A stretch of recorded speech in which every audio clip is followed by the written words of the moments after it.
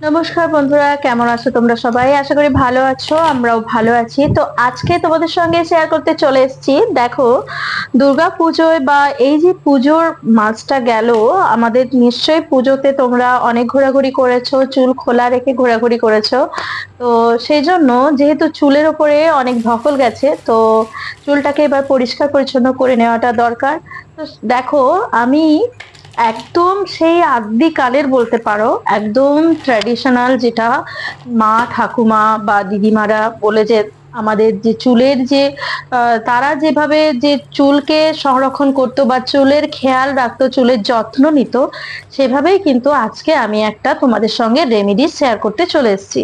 তো তোমরা দেখতেই পেলে যে আমি প্রথমেই নিয়েছি শিকাকাই, নিয়েছি রিঠা, নিয়েছি আর আমলকি নিয়েছি।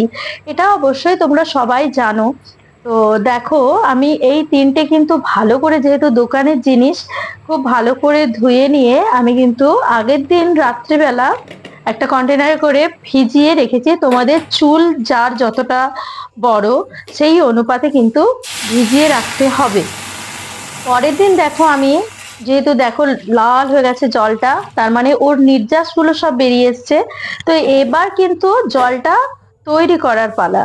তো তার জন্য আমি একটা দেখো গ্যাসে প্যান বসিয়ে নিয়েছি, আর তাতে আমি ঢেলে দিলাম সব উপকরণ সমেত জলটা। তো এবারে ওই জলটা কিন্তু খুব ভালো করে ফুটিয়ে নিতে হবে। 20 থেকে 30 মিনিট তোমরা খুব ভালো করে দেখো ফুটিয়ে নেবে, একদম যেন ওই যে শিকাকাই, আমলা আর রিঠা একবারে ফুটে, ওই গরম জলে ফুটে ফুটে যেন একদম নরম হয়ে যায়।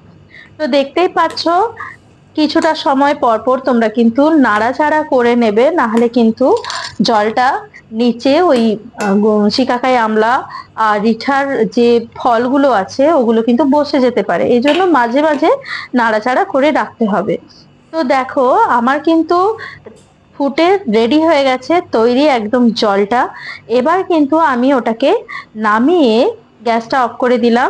দিয়ে আমি এই জলটাকে নামিয়ে কিছুটা সময় রেখে দেব। দেখো, ঠান্ডা হয়ে গেছে আমার জলটা।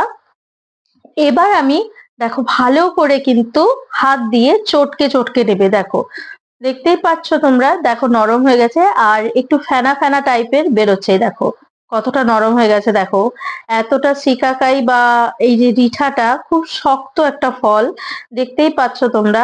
একদম হাত দিয়ে চটকে চটকে ফলগুলোকে কিন্তু ছেঁকে অন্য জায়গায় নিয়ে নিতে হবে। দেখো, এরপর কিন্তু আমি একটা ছাঁকনির সাহায্যে কিন্তু জলটাকে ছেঁকে নেব।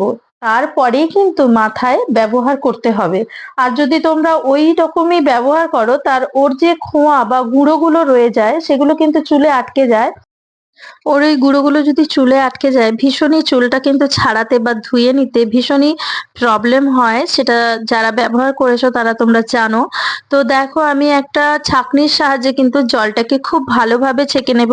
আর যেহেতু এটা চটকে চটকে একটা গাঢ় একটা কি বলবো, থকথকে একটা জলের পরিণত হয়ে গেছে, সেই জন্য বারে বারে কিন্তু ছাঁকনিটাকেও পরিষ্কার করে করে নিয়ে কিন্তু জলটাকে ছেঁকে নিতে হবে। তবেই কিন্তু তোমরা একটা সুন্দর একদম একদম প্লেন জল একটা তোমরা পাবে। দেখতেই পাচ্ছ তোমরা যে রেডি হয়ে গেছে আমার শিকাকাই, আমলা আর রিঠার একটা মিশ্রণ, যেটা ফুটিয়ে আমি রেডি করে নিয়েছি। আর এটা এরপরে কিন্তু আমরা শ্যাম্পু করার বদলে এটা দিয়ে কিন্তু চুলটাকে ধুয়ে পরিষ্কার করে নেব। বন্ধুরা, ভিডিওটা যদি ভালো লাগে অবশ্যই লাইক, কমেন্ট, শেয়ার করে যাবে। আর আজ আসি, টাটা। তোমরা সুস্থ থেকো, ভালো থেকো। পরে দেখা হবে আরেকটা অন্য